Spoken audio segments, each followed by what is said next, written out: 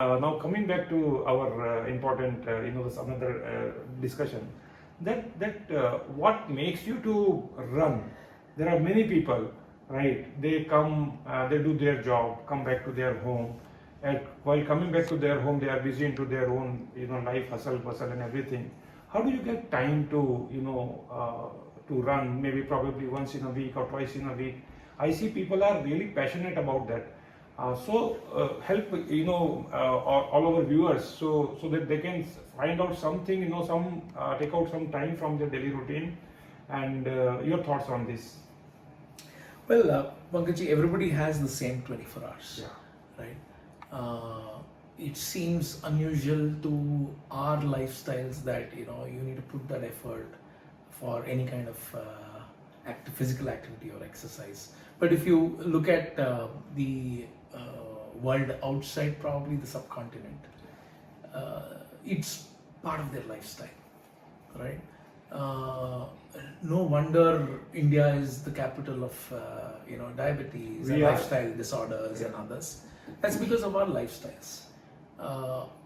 Of late, in the last 15-20 years, the kind of quality of food grains, the kind of eating habits have changed phenomenally, and a lot more sedentary lifestyle. So to counter that, it's very important for us to be engaged in some kind of physical activity. My motivation is to one, stay healthy, also because it's an investment. It's the only thing that I probably give back to my family. I don't know how much money I'll give back to my kids in terms of accumulation of wealth, but I really don't want to be a burden to my kids when I grow old with the lifestyle disorders. So my very close friend, my best friend who's in the US, he's been my inspiration. So he knows that his hereditary there is diabetes as such, but he's adapted his lifestyle so much that he's fittest among all of us. So there's a leaf that I take from there. It's happened with me only at the age of about 26, 25, 26, 2006 or aspas. I was having hypertension, high BP, cholesterol and others. That was actually my wake-up call. I still remember when the cardiologist said, Gautam, you need to take Natrelix SR for forever, because my cholesterols were high and others. I took it because doctors recommended we need to take it. But then after some time I realized, is this the lifestyle that I need to lead?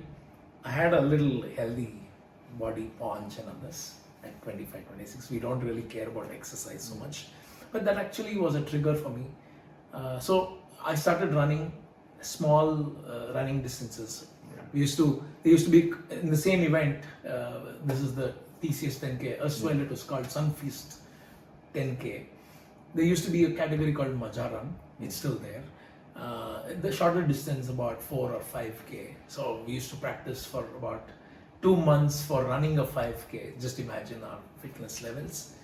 We used to participate. Abhijit, my friend, and myself, we used to run together. So that was actually a trigger. So I changed my lifestyle, the eating habits. Running became more regular. In about 6 months or 9 months or something, my BP was normal, my cholesterol was okay, manageable. So with doctor's permission, I stopped my medicine. So I realized that if I don't make these lifestyle modifications, I'll be a slave to the lifestyle disorders. And I also learned that my coach Gladson, one of the sessions that he had, he told us that all these are lifestyle disorders and not diseases. How do you make the disorders in order?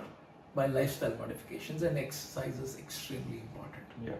Right, so with all this, the disorder became an orderly thing. So that's where the whole fitness began. And for me specifically, for however long I can, I should be able to do a 10K any day I get up. And so that's the definition of fitness for me. It is more running oriented. but more so in the current lifestyle context, across age groups and across genders, it's very important to be fitness focused. Fitness is not just running. It could be yoga. It could be some bit of strengthening, body strength activities. But it's very important for everybody to be engaged in some physical strengthening activity, especially as you age. A lot of these issues come because your muscle loss is great as you age, especially in women. So it's very important for us to be investing in fitness, in some form of fitness. Again, Dr. Gladson says, running is an activity. It is not a fitness exercise. It's not an exercise. It's an activity because it is a impact sport. Football is an impact sport, but you need to do exercise to be able to do the sport. So strengthening everything is important for across age groups and the genders. I met one doctor in Indore. He is a marathon runner. He always used to say, if you run for life, life will run for you. Absolutely. So Gautamji, next question is very much important. Share something about the preliminary information about the marathon. What is the setup of marathon? How many kilometers? How many people? What is the fitness requirement for the marathon? Okay. The word marathon is the specific distance, Pankajji. 42.195 kilometers is a marathon. Anything lesser or anything more is not a marathon. Anything lesser is just the distance that is spoken. So the word marathon means 42.195. A lot of people use 5K marathon, 10K marathon, which cannot be used. It is either a 5K run or a 10K run or a half marathon. Half marathon is exactly half of full marathon. Full marathon. Right? Marathon means it's a full marathon. The history goes like this. When there was war happening in Greece, right? A soldier ran from a place called Marathon in Greece. He ran from a place called Marathon to Athens to announce the victory in the war. Okay. So Marathon is a place in Greece. He ran from Greece to Athens. He shared the news of victory and he collapsed and died. So that distance between Marathon and Athens is 42.195 kilometers. And that's why this distance is called marathon. So marathon as such is this distance. So anything less than this cannot be called a marathon. Right? So, but it is quite a distance. Right? 42.195 kilometers for somebody who's not trained is dangerous. So I wouldn't recommend anybody just to go and try running a marathon without training. You need up to about 6 months, probably 1 year if you don't have fitness levels, probably a little more to train for a full marathon. Right? My recommendation is to anybody who's wanting to run a race, either a 10K or a half or a full, cannot just overnight get up and start running. Right? There needs to be a systematic plan, not just a running plan, but also a lot of strengthening plan. Because like I told you earlier, running is an impact sport.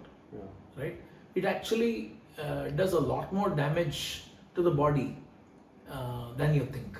Because you're pounding continuously, and generally if you see the body structure, there are smaller muscle groups at the lower part of the body.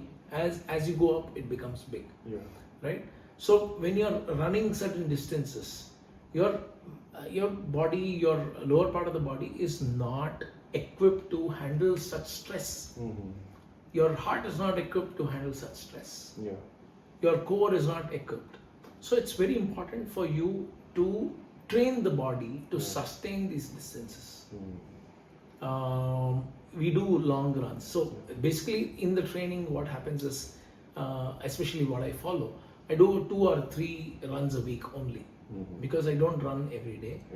The other 3 or 4 days I engage in strengthening.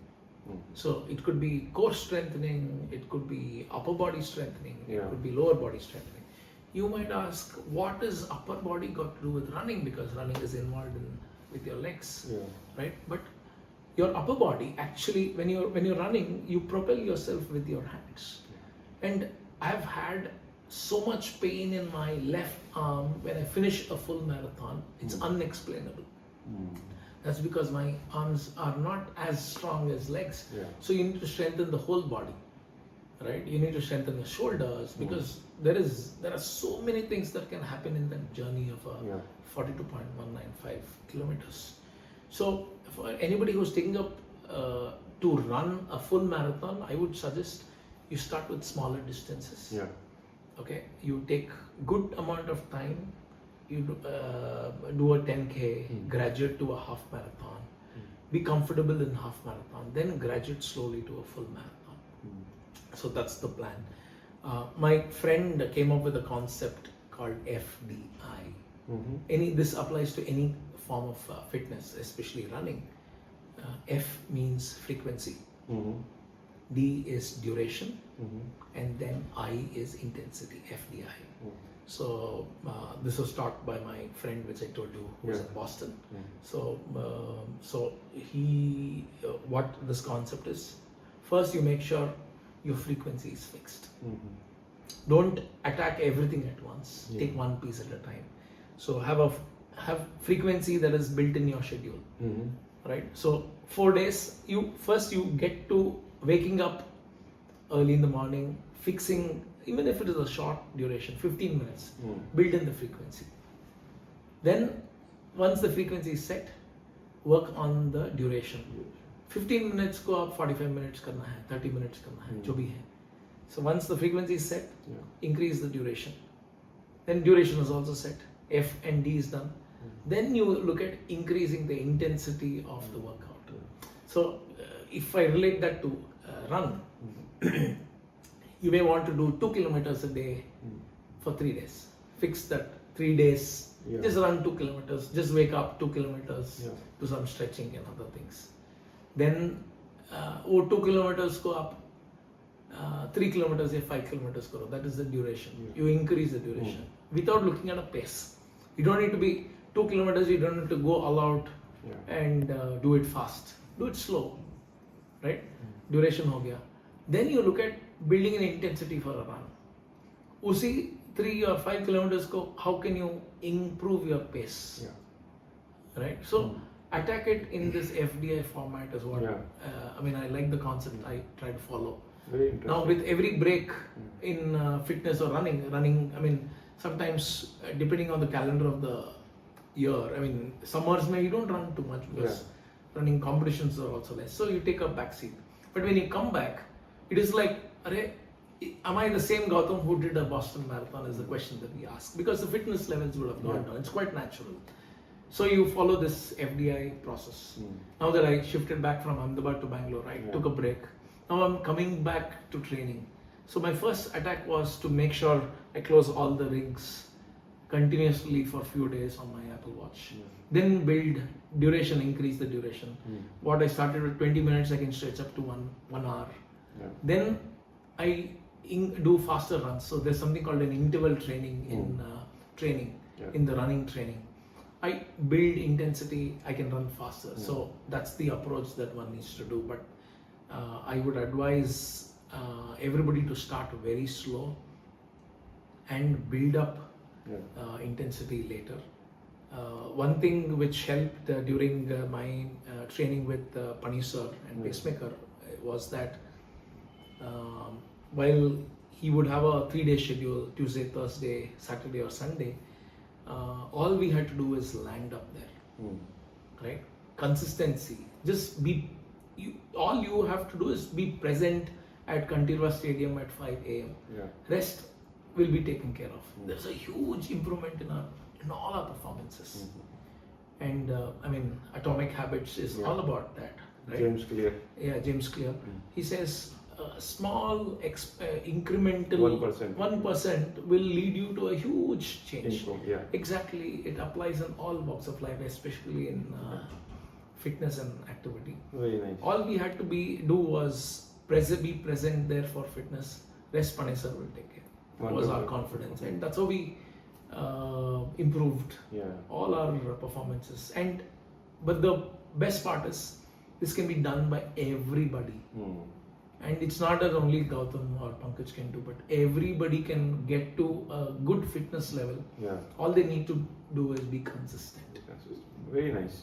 Another very important aspect of this fitness, running, consistency, FDI is really important. Another second aspect of it, which is the I think very much linked with all this, the food habit.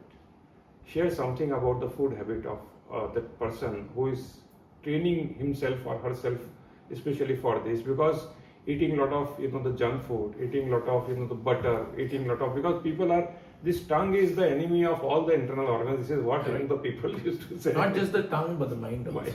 Yeah. Just to add, Pankajji, I mean, see, there are various parallels of diet advices everybody gives. The West eats very differently. In India, every state has a different food eating habit. But what I follow personally is, yes, I'm a vegetarian for that matter. I don't eat meat. I try to include a lot more protein because it needs for muscle recovery. I eat eggs. But my plan may not suit somebody else because they might not even eat eggs. But the best, what I've seen, is to stick to what our family eats, in the sense of what our ancestors would eat, right? But moderate or measure the quantities that we eat, right? You can't be eating 100% stomach full at all the 3 meals and include a snack in between and others, because your system also needs time to digest and be ready for the next day, next day run. So what I follow is, especially, I don't know if it is post-40 phenomenon, I don't feel like eating heavy breakfast. I mean, it's personal. Some people say have a heavy breakfast, moderate lunch and very small dinner. But for me, I love running empty stomach, and I love being light till the afternoon lunch. So what I follow is, my run happens, I eat 3 boiled eggs in the morning. So protein is taken care, and again, I'm not very empty stomach for a very long time. I eat a moderate lunch, moderate dinner. In between, I don't snack too much, but I drink a lot of water. That's helped me. But again, yes, you have to cut down on portions and strictly no for junk, probably a cheat day. Once or twice a month is okay, but it has to go hand in hand. Diet and exercise are hand in hand. It's like 2 hands without which you can't clap. Only diet, no exercise doesn't take you anywhere. Only exercise, no diet, you will not be able to improve. You will not be getting to your optimized weight. So it has to be balanced. Most important, it's not just the 2, it's very important to get good sleep. Sleep is extremely important, because it's only when you sleep, your muscles recover, you get ready for the next day's activity. Personally, if given a choice, I sleep at about 9:30. And I'm an early riser. My alarm is set for about 4:30 in the morning. But to get up at 4:30, I need to have early dinner, early sleep. So it's a cycle, right? I've seen a lot of people come home, have dinner at about 10:30, 11, sleep at insane time, or have dinner at 10:30, sleep at 11. Also doesn't work, because you need to give that much time. So I prefer having early dinner, early sleep, and get up early. So today you are revealing a lot of facts about marathon and running, and I don't know how many people will get really inspired, but thank you so much for sharing about all It's this. my pleasure. So my next question is, share about the most challenging and the difficult experience in running the marathon, which you have gone through and you overcome over a period of time.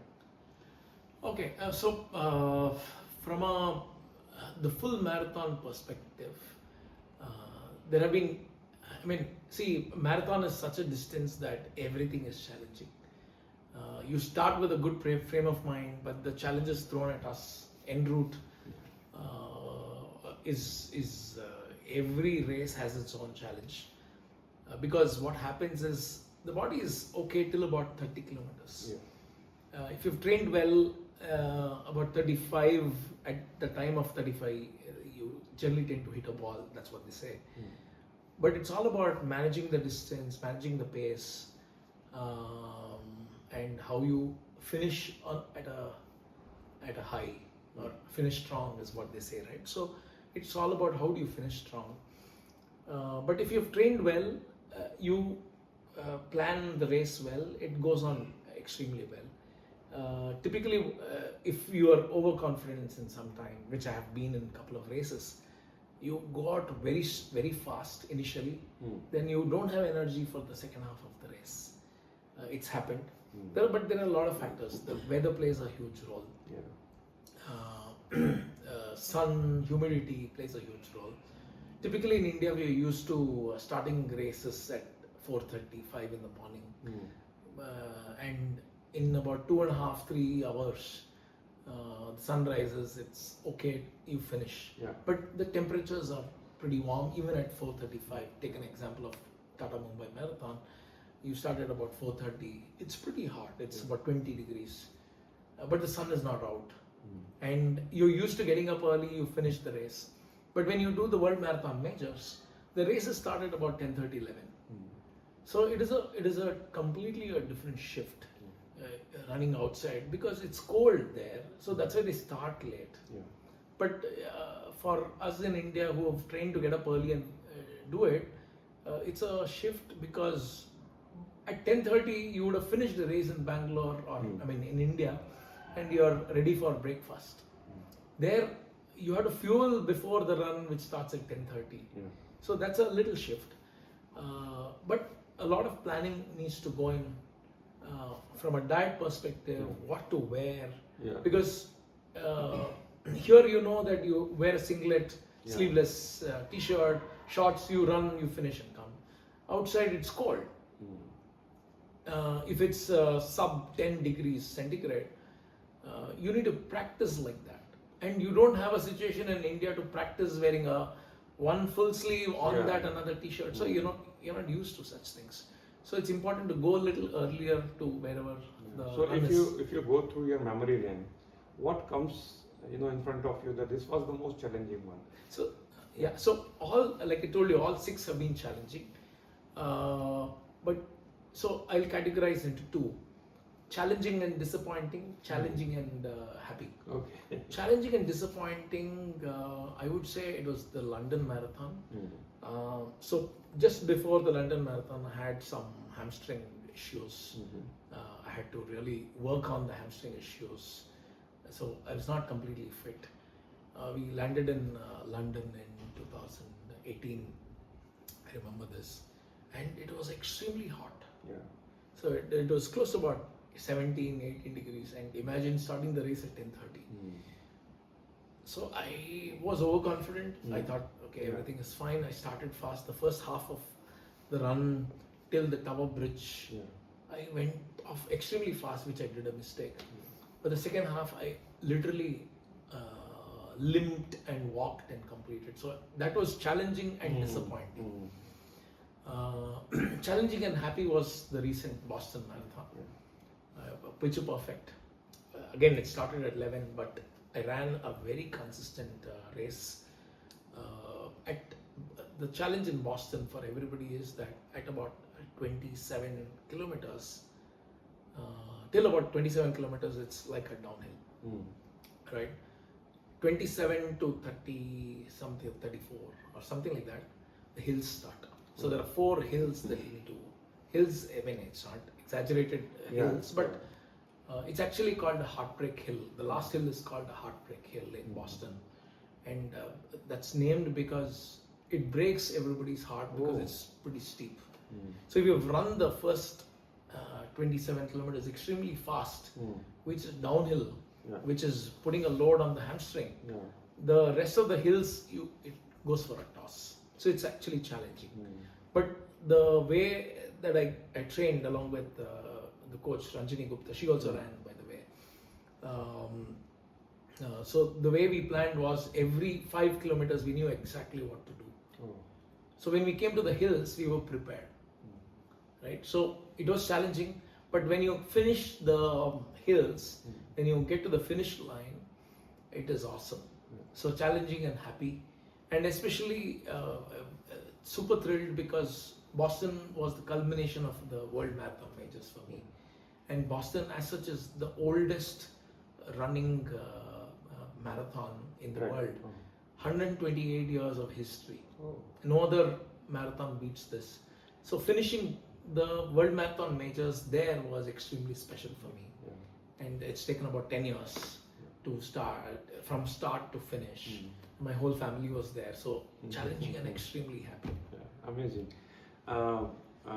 My next question is, what impact on all those activities on the overall the life of a person when it comes to the leadership as a human being? Extremely good question, Pankaj.